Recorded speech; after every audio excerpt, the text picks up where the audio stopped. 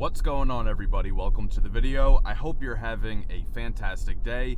Today I am here with the new 2026 Lexus TX 550h Plus. So that's the plug-in hybrid, and this one is the luxury trim. The Lexus TX is based off of the Toyota Grand Highlander, and Lexus has sent me this TX to keep for an entire week so that I can give you guys the most thorough review possible. So let's jump right in, first starting off with the ride quality. Now, the one thing I will say about it, I'm a little bit surprised that this vehicle, being fully loaded and being as expensive as it is, it doesn't have Lexus's adaptive variable suspension that we find in some other vehicles like the GX and the LX. But I will say it is incredibly good for what it is. It has that very typical Lexus road feel, incredibly smooth.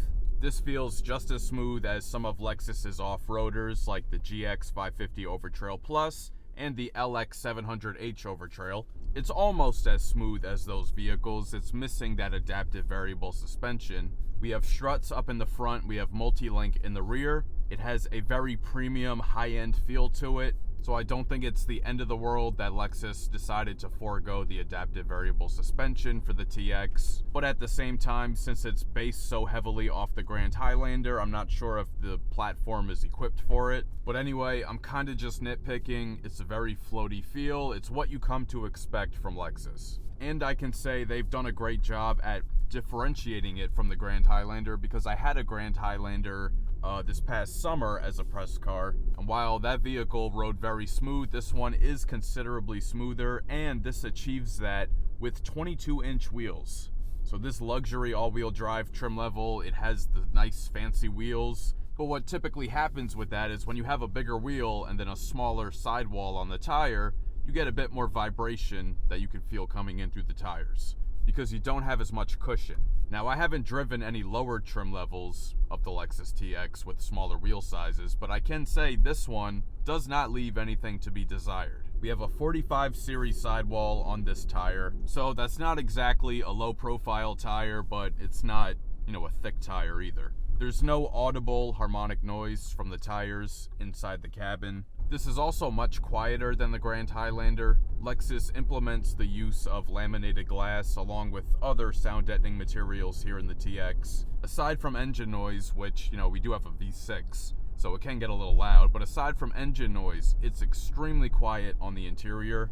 The build quality in this TX, especially in the interior, does seem to be a step up from the Grand Highlander. The Grand Highlander I had as a press car had a lot of squeaks and rattles up here in the front.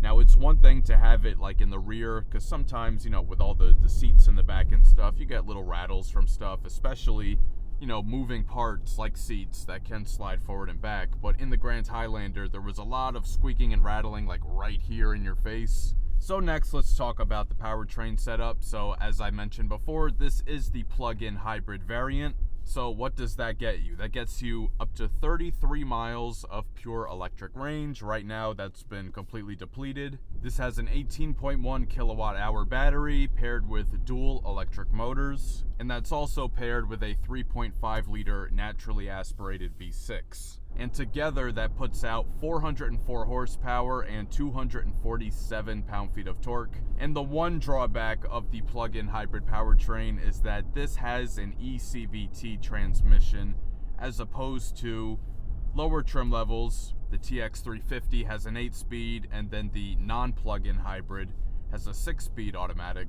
But we do get an eCVT here in the 500 plug-in. More on the transmission in a little bit, but the fuel economy is fantastic, with the exception of the range, because we have a 14.5 gallon fuel tank in a vehicle this big that is pretty damn small. But when you factor in the efficiency of the hybrid system, it's not as bad as you think. Today's Saturday. I've had this vehicle since Monday, and I've only been driving this vehicle since I got it. Out of the 33 miles of electric range, I think it had about 26 or 27 when it was dropped off to me. But in the almost week I've been driving this, I'm just down to 3/4 of a tank, still with 205 miles of range left. And for a vehicle this big and this powerful, I think that's pretty damn impressive. And even once you deplete the electric range, this TX does spend a lot of time in EV mode, especially in you know, more city driving like this on the highway, forget about it. It's going to be pure engine. Lexus and Toyota have always made a very efficient hybrid system. This one is no different, but I think it does an especially good job at detecting the conditions in which it can go purely on EV, even just on the reserve power, again, without the dedicated electric range. When you deplete the range, it works just like a normal hybrid vehicle, and it does a really good job at doing so. And this also has direct 4 all-wheel drive, which is an electronic all-wheel drive system. It doesn't work like a traditional system. One of the 2 electric motors is located back in the rear, and that rear electric motor powers the rear wheels independently from the engine and the front electric motor that power the front wheels. And now we're going to head into a 0 to 60, but first I want to go over the drive modes. The drive modes are all located in the screen. So we hit the car icon, and then the first option there is drive mode. We have normal, sport, eco, and custom. But the normal drive modes, we have normal, eco, and sport. So I'm going to put it in sport. And something I find to be quite comical on this TX is that it has paddle shifters. This has an eCVT, and when you're accelerating, these paddle shifters do absolutely nothing. They're just there because of the other trim levels that have the 2 different automatics. And this also has a kickdown switch, which again, only makes sense to use on an automatic. In this vehicle, doesn't do anything. You get a little bit of boost from the electric motors, but the V6 is putting in the majority of that work. All right, gonna come here to a complete stop. There's a car behind me, not far away, so let's go.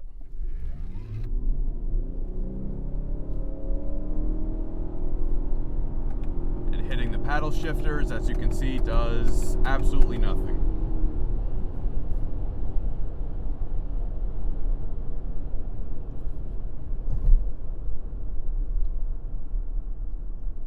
Zero to 60 is rated at 5.9 seconds, and even with this eCVT, this is not a slouch whatsoever. The V6 is tuned very nicely. It has a good tone to it, but unfortunately, because of the transmission, you can't hear any gear shifts because there are none. And even though this only has 247 pound-feet of torque, which in relation to that 404 horsepower figure, doesn't seem like that much, but because of the boost from those electric motors, it helps reduce lag off the line considerably. Even though it's only 247 pound-feet of torque, it's nearly instantaneous. And I think that is the biggest plus of electric motors. And the other thing I want to say on the topic of noise is that this also has active noise cancellation in addition to the laminated glass. Now, I'm not an engineer, and I can't thoroughly explain the physics behind it. But in a nutshell, there's certain sound frequencies that are played through the speakers that are able to cancel out some of the road noise coming from outside.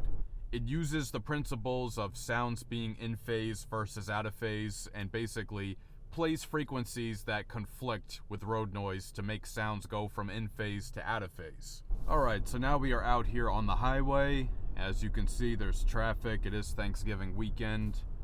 So I think first we can talk about the adaptive cruise control. We're kind of stop and go right now, so I think that's a perfect scenario. So to use the adaptive cruise control system, we use the buttons here on the right side of the wheel. So first, we have to make sure lane keep assist is turned on. You see, it uses the little touch controls there on the head-up display. So now we have lane keep assist turned on.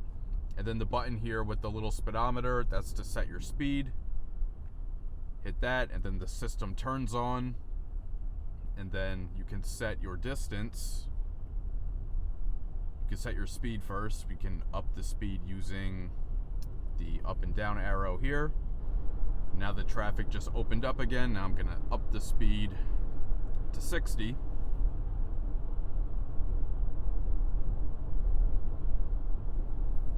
So I don't have a foot on the gas or the brake. Just going along.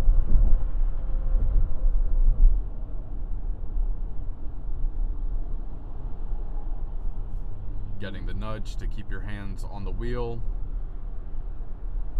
It's not meant to be fully autonomous, so systems like that always give you the little...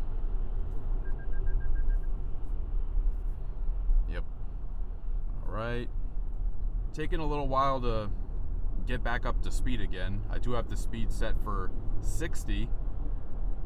So it looks like it doesn't quite start accelerating quick enough, you know, once things open up again. Come on, let's get moving. Yeah, the gap between me and the car in front has opened up quite a bit, and the distance marker is set at about 1 car length. So yeah, let's see, we're only going 37. So I think acceleration on this system is a weak point. I mean, the lane centering works fine, and it brakes, you know, adequately in a good amount of time. But yeah, I would say acceleration, again, we're only going 42. The speed is set for 61. Now let's see what happens when this car leaves the lane. Okay. You can hear a little bit of engine noise. We're getting there. 56, 57. But now let's see how it does when these other cars merge. Okay, same lane. All right. All right, now we're up to speed. We're getting somewhere.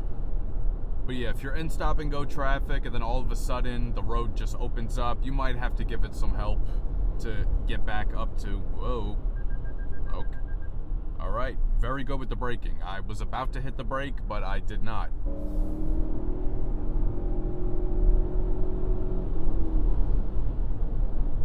So overall, good adaptive cruise control system, but acceleration needs some work. And as for the acceleration, already in motion, V6 does a great job. And now that we're passing the mall exit, nice open road.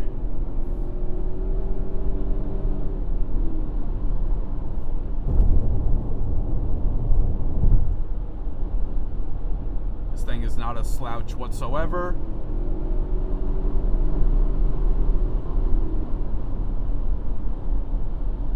But as I'm sure you can probably hear, there is a good amount of wind noise coming in from the tops of the windows. So this TX was doing great with noise up until now, so it is a little bit loud. But we do have a very nice sounding V6. Still sounds great out on the highway. It's just the transmission that makes it just a little bit weird. This 2026 Lexus TX 550h Plus Luxury has a 21 speaker Mark Levinson audio system. So let's take a listen.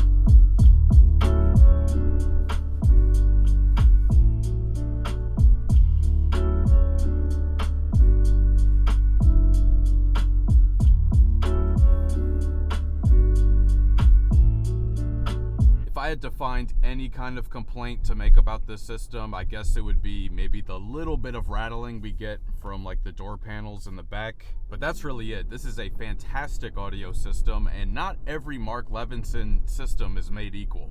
I've tried some other systems in the past that didn't quite like meet the mark for me, but this one, no pun intended, but this one sounds really good. This one also has, you know, a surround sound spatial audio feature to it too. And I think it actually sounds good in either one. I don't typically like spatial audio, so I typically listen to it in just flat stereo mode, but it actually sounds good in both. Very good clarity, bass doesn't get overly distorted or compressed, and the tuning of the levels I think is pretty even. And there is good clarity in the mid-range frequencies. That's the frequency range that tends to have the most muddiness, and sometimes doesn't always sound perfectly clear, but in this one it sounds really good. It can also go quite loud and still maintain all of its dynamics. So now we are out here at the back roads to test out the steering and the handling of the Lexus TX. As you can see, I have it in sport mode. The reason for that is because the steering gets considerably tighter in sport mode, which I love. It actually feels quite engaging, good feedback, and of course very precise too. Typically I find Lexus and Toyota steering to be on the lighter side. This one is just not the case, and in sport it's like considerably tight. I'd say almost sports car like, which is kind of crazy, but things feel really nice in here. Also, this TX handles considerably better than the LX and the GX. This is a unibody, it's not a body on frame. It's also nowhere near as tall and top heavy as those other vehicles. All right, let that car go past. Let's just see how it does in a corner. Not gonna go too crazy. It still is a big SUV after all.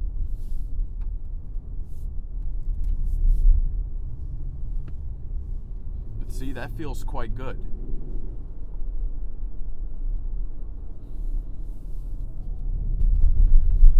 Minus the potholes. There goes the GX right there. What I just did, I would not do that in a GX. Now, is the risk for a rollover still there? Yes, of course it is. But it's greatly reduced in comparison to the GX and the LX. All-wheel drive system, it does a decent job of keeping everything planted. After all, this is a comfortable family vehicle. It's not meant to be, high performance. It's not supposed to have sporty handling, but to a small degree it kind of does. And steering, in sport mode at least, nice and quick to respond. Last topic I want to talk about is braking, so let's do a hard brake. Really good. The brakes have really good bite, and I think they are very appropriate for a vehicle this size. Let's try one more time.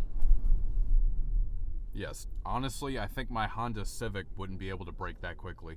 And also on the topic of braking, I want to mention the regenerative braking. Because in the past, I've kind of had beef with Toyota and Lexus for their regenerative braking systems. I would find them to be unpredictable and kind of inconsistent in the way that they work. But I've noticed for the 2026 model year, not just in this car, but in the Toyota Crown and in the Toyota Prius, that aggressive, unpredictable regenerative braking has been toned down, and I don't really feel the same way about it anymore. I mean, I'd like to believe that they've been listening to what I say, maybe, but I have noticed a significant improvement in the 2026 model year vehicles. The regenerative braking, it doesn't randomly come on when you let your foot up off the accelerator or anything like what I used to experience in pretty much every model. The MSRP of this 2026 Lexus TX 550H Plus luxury all-wheel drive with all its options is $85,464. I've actually really enjoyed my week with this Lexus TX. In fact, I enjoyed it even more